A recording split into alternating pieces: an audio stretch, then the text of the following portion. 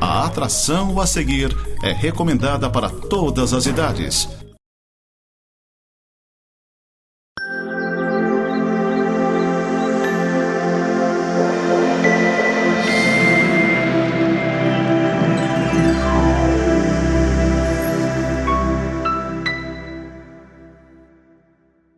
Graça e paz, queridos irmãos, sejam bem-vindos a mais um programa Semeando para a Vida Eterna, programa da Igreja Presbiteriana de Lages. Você é nosso convidado para os nossos cultos que acontecem aos domingos, 9 horas da manhã e depois à noite, 19 horas. Você e sua família serão bem recebidos. Nós temos ali programações para os jovens, para os casais. Nos domingos, o nosso culto é comunitário e você pode ficar tranquilo, temos estacionamento agora na nossa quadra ali. Então, você é nosso convidado para as nossas programações para jovens, crianças, jovens e adultos. Nós vamos orar pedindo que Deus esteja abençoando o nosso momento de meditação. Eu quero orar por você, pela sua família, para que Deus esteja nos abençoando, nos guardando, nos livrando do mal e nos dando entendimento da sua boa vontade. Oremos. Deus e Pai, te louvamos e te agradecemos, ó Deus, porque o Senhor tem nos abençoado. O Senhor tem derramado graça e misericórdia em nossas vidas. Te louvamos, ó Deus, pela tua igreja aqui em Lages, que o Senhor use, ó Pai, este programa para levar esperança, paz e a mensagem da salvação em Jesus Cristo para aquele que ouve. Em nome de Jesus, teu Filho, é que oramos e te pedimos. Amém. Amém. Queridos, eu quero trazer uma mensagem hoje para vocês que está na carta do apóstolo João, a primeira carta que ele escreve. A partir do capítulo 2, nós vamos ler dos versículos 7 a 11. Então diz assim a carta que João escreveu às igrejas do primeiro século. Diz assim: Filhinhos meus, estas coisas vos escrevo para que não pequeis. Se, todavia, alguém pecar, temos advogado junto ao Pai, Jesus Cristo, o justo.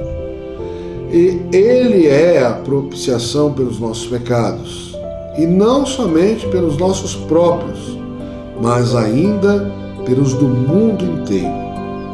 Ora, sabemos que o temos conhecido por isto, se guardamos os seus mandamentos. Aquele que diz, eu conheço, e não guarda os seus mandamentos, é mentiroso, e nele não está a verdade. Aquele, entretanto, que guarda a sua palavra, nele verdadeiramente tem sido aperfeiçoado o amor de Deus. Nisto sabemos que estamos nele. Aquele que diz que permanece nele, esse deve também andar assim como ele andou. Amados, não vos escrevo mandamento novo, senão um mandamento antigo, o qual desde o princípio tiveste. Este mandamento antigo é a palavra que ouvistes. Todavia, vos escrevo um novo mandamento, aquilo que é verdadeiro nele e em vós, porque as trevas vão se dissipando e a verdadeira luz já brilha. Aquele que diz estar na luz e odeia seu irmão, até agora está nas trevas. Aquele que ama seu irmão permanece na luz, e nele não há nenhum tropeço. Aquele, porém, que odeia seu irmão está nas trevas, e anda nas trevas, e não sabe para onde vai, porque as trevas lhe cegaram os olhos. Amém. Então esse texto é um texto que o apóstolo João nos traz, falando sobre a pessoa de Jesus, mas principalmente observando o fato do relacionamento entre os irmãos e irmãs da igreja, aqueles que se dizem discípulos de Jesus. E nós vivemos num país que é conhecido como majoritariamente cristão. O que quer dizer a palavra cristão? Pequenos cristos. A palavra dá origem a uma ideia de discípulo, ou uma ideia de imitador daquele nome, daquele que possui aquele nome. Então, cristão, na verdade, apesar de terminar em ão, é um diminutivo, né? Então, são pequenos cristos, ou seja, pessoas que estão imitando a Cristo. E no passar dos tempos, nós começamos a confundir a denominação cristão com uma placa religiosa, somente uma definição de pertencente a uma religião. E na verdade essa palavra não quer dizer isso. Nós estamos vendo isso, né? Então a minha explicação para você, que você entenda que quando você se diz cristão, você não está identificando uma religião, você está identificando um comportamento. E o seu comportamento revela a quem você está seguindo de verdade. É isso que João está explicando aqui. Não é compatível com a declaração de quem diz que segue a Cristo, mas anda por aí espalhando ódio em vez de amor, demonstrando rejeição ao próximo em vez de acolher ao próximo, em vez de você sentir a dor do próximo, né? Então, eu acho interessante a gente fazer algumas reflexões no nosso momento atual sobre a questão dos nossos relacionamentos, né? E há um fato muito recente que atingiu todo o nosso planeta, todos os povos, a humanidade, que foi a pandemia, e se tinha uma ideia geral de que a pandemia ela causaria um estrago muito forte, como assim foi, né, no número populacional do nosso mundo, e que isso estaria ligado a uma grande conspiração, a um plano. E aí surgiu uma tese que dizia o seguinte: esse é o grande restart, né? Ou seja, a humanidade vai recomeçar. Então, quanto menos pessoas no mundo, mais recursos disponíveis. E passando por uma tragédia humanitária dessa, todos nós que sobrevivemos estaríamos com uma compreensão melhor do mundo, estaríamos agindo com mais compaixão e simpatia pelo próximo. Eu acho que não deu muito certo esse tipo de pensamento, porque se você analisar o mundo hoje, está um caos, né? Guerras e rumores de guerras. Temos aí um resultado espantoso depois da pandemia de problemas relacionados a problemas mentais, problemas de saúde mental, né? Então as pessoas estão fazendo aí coisas absurdas, estão se matando, estão matando os outros, estão com ideias megalomaníacas, ideias de perseguição, muito mais do que antes da pandemia, né? Então está havendo realmente um grande surto de problemas mentais no mundo. Então nós precisamos buscar ajuda em Deus, em primeiro lugar, para que Ele nos oriente, nos dê a sanidade mental, nos coloque no caminho da lucidez. E isso a espiritualidade, ela é parte constitutiva do ser humano, né? Não dá para a gente ignorar. E hoje nós temos aí nas mídias sociais uma verdadeira febre de pessoas ditando o comportamento, né? e pessoas completamente megalomaníacas. Temos aí coaches aí que se acham Deus, né? Que fazem e acontece. Então, e muitos são seguidores, muitos estão entrando nessa onda, achando que podem fazer tudo e acabam morrendo por causa disso. Acabam entrando em verdadeiras frias, né? Literalmente. Então, olhando para o texto bíblico, na recomendação que o apóstolo João faz aos irmãos da igreja, aos cristãos da sua época, que nos alcança essa palavra com tamanha atualidade, né? Mais do que em outros tempos, creio eu, a primeira coisa que ele observa é que a palavra de Deus não mudou. Ele diz, é um mandamento antigo. Então esse ensinamento de Jesus não trouxe nada novo. Ele só priorizou aquilo que é essencial. Ele ressaltou a origem dos mandamentos que Deus deu aos homens, que primeiro é amar a Deus de todo o coração, alma, entendimento e ao próximo como a si mesmo. Então Jesus, nos seus ensinamentos, na sua prática, na sua vida, ele enfatiza exatamente isso.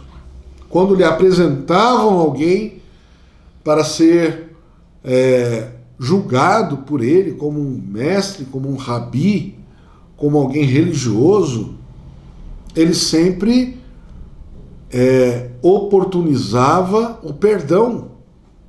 Ele não julgava com a disciplina. Porém, quando ele ofertava o perdão, ele liberava uma cura, ele operava um livramento. A grande maioria que passou pelas mãos do Senhor Jesus ouviu da boca dele a seguinte frase: vá e não peques mais.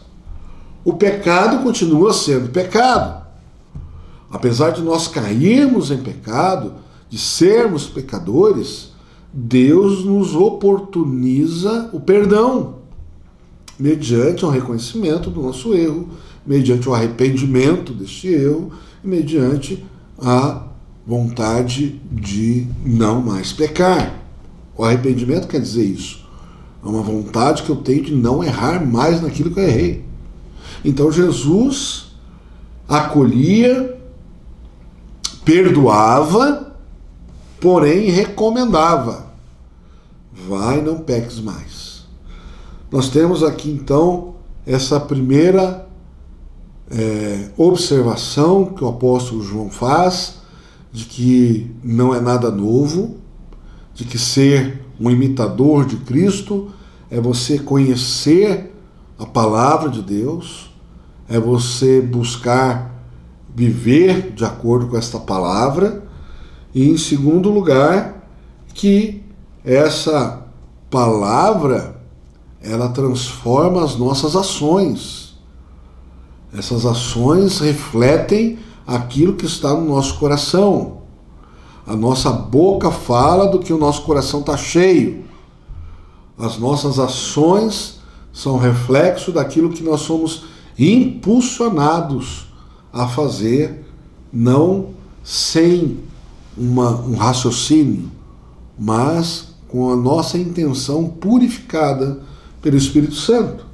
E Jesus, nos seus ensinamentos, ele vai falar muito duramente aos religiosos, e Jesus, nos seus ensinamentos, principalmente ali no Sermão do Monte, em que você pode identificar o Sermão do Monte, principalmente no Evangelho de Mateus, do capítulo 5 ao capítulo 7, Jesus usa grande parte desse sermão para falar do relacionamento agora, nosso relacionamento com Deus, em primeiro lugar, e com o próximo.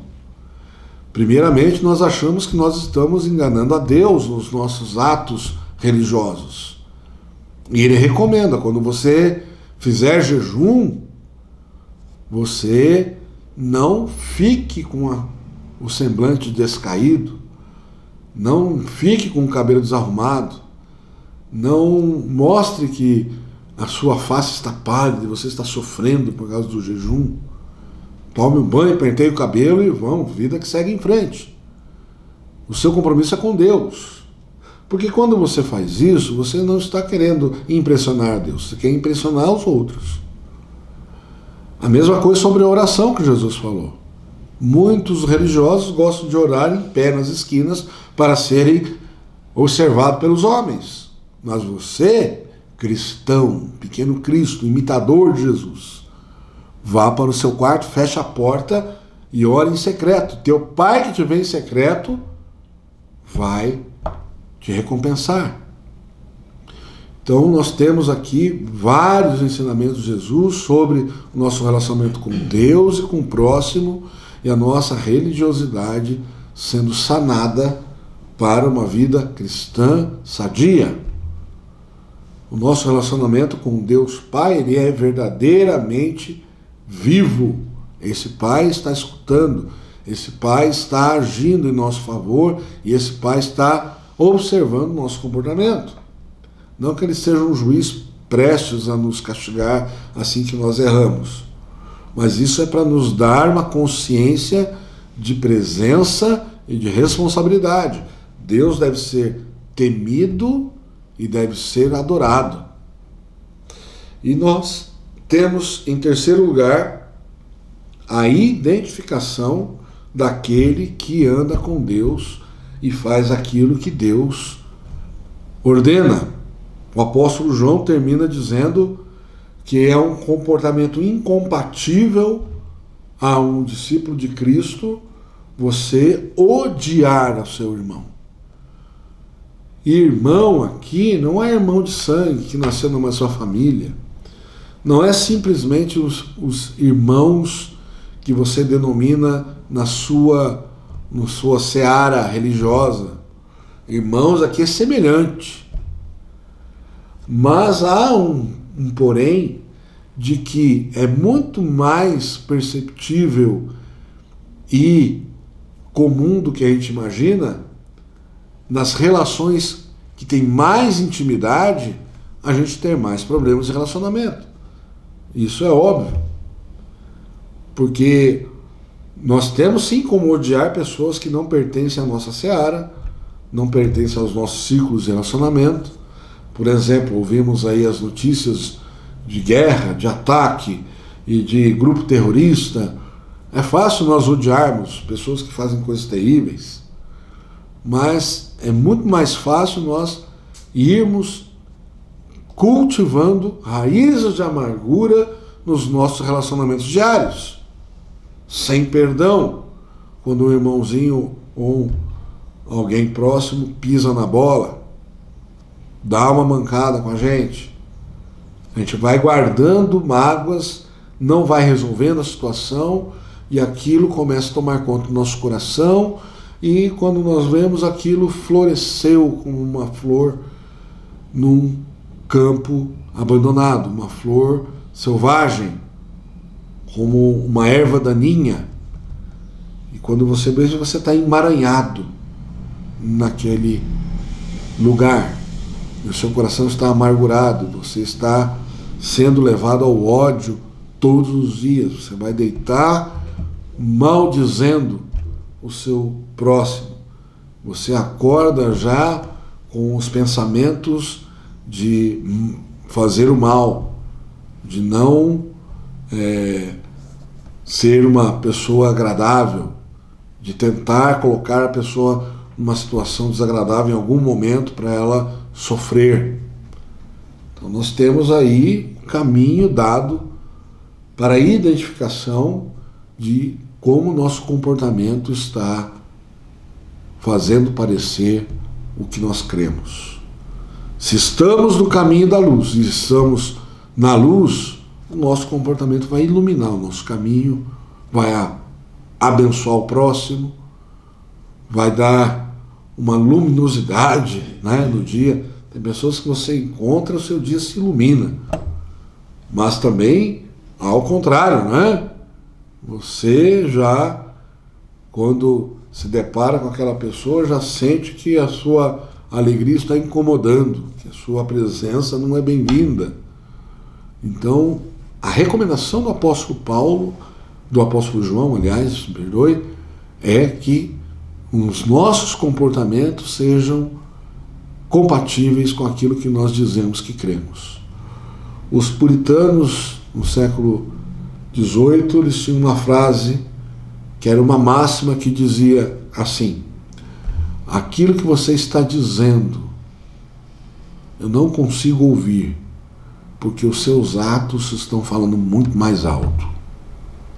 Então, aquilo que você diz, eu não consigo ouvir, porque o que você está fazendo está gritando. Alguém já disse, né? Prega o evangelho, mesmo que para isso sejam necessárias palavras. Não é uma verdade total, mas é uma verdade aí colaborativa, né? Vamos dizer assim. Não é uma realidade. Você tem que falar. Nós temos que pregar o evangelho. Mas o nosso comportamento revela se esse evangelho que está sendo pregado, ele é somente uma teoria ou é a nossa prática, ou a nossa crença, nossa prática no dia a dia. Queridos, eu quero orar com vocês, interceder pela nossa cidade. Quero crer que o Espírito Santo está iluminando o seu coração diante dessa palavra, que a pessoa de Jesus, neste momento do sermão, ela é o foco da nossa pregação. Não simplesmente uma palavra como os coaches estão por aí, né? Querendo te dar um ânimo, um up na sua vida. Não. Você reconhecer o Senhor Jesus como o Senhor e Salvador da sua vida é o propósito da nossa pregação. E saber que essa pessoa, ela tem o poder para te transformar, para livrar a sua alma da perdição eterna e para te abençoar para a eternidade. Nós vamos orar pedindo que Deus esteja derramando o seu Santo Espírito sobre a nossa vida. Oremos. Deus Pai, te louvamos e te agradecemos porque o Senhor nos dá a oportunidade de compartilhar a tua palavra. Essa palavra chega aos corações, ó Deus, trazendo conforto, esperança, transformação, alento para as vidas que estão sofridas, ó Deus, e também exortação para aqueles que estão fora do teu caminho. Em nome de Jesus, te agradeço pela vida de cada um dos nossos ouvintes, que o Senhor continue derramando a tua graça, a tua misericórdia, e nós te agradecemos por isso. Amém. Queridos, tenham todos uma ótima semana, que Deus esteja na vida de vocês, e eu queria aqui no final desse programa trazer uma palavra de alegria, né, de parabenizar aí a nossa querida Ananda Cel, que deu a luz aí ao Frederico, né? Então, parabéns aos pais aí, Ananda, ao esposo, que o Frederico seja bênção de Deus para a vida de vocês e Deus abençoe o desenvolvimento do Frederico. Em nome de Jesus. Amém. A palavra gratidão tem como um dos seus significados reconhecimento. Há um salmo que fala que aquele que oferece a sua gratidão ao Senhor como sacrifício, honra ao Senhor. É isso que eu quero oferecer ao meu Deus nessa noite, a minha gratidão. Estou tão grata a Deus, tão grata ao Senhor, tão grata ao Senhor. E eu queria expressar isso a Deus, né? Minha gratidão. E eu cantei essa canção, é uma canção muito simples, fácil de aprender, e expressa a minha gratidão a Deus.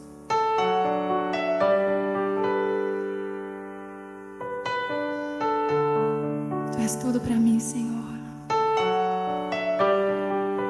Minha maior alegria, meu maior amor, meu tesouro, minha paz. Por isso eu sou grata a Ti, porque um dia me alcançaste com o Teu amor, me atraíste a Ti. Está sempre comigo, Senhor.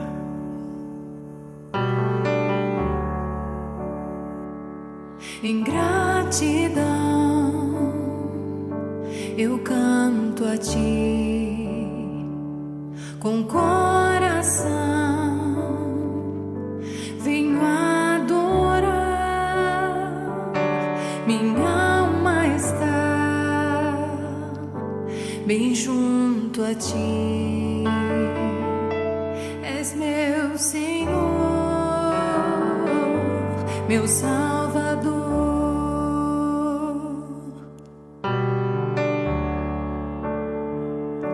Em gratidão eu canto a ti nessa noite, Pai, com coração venho adorar. Minha alma está bem junto a ti. És meu Senhor,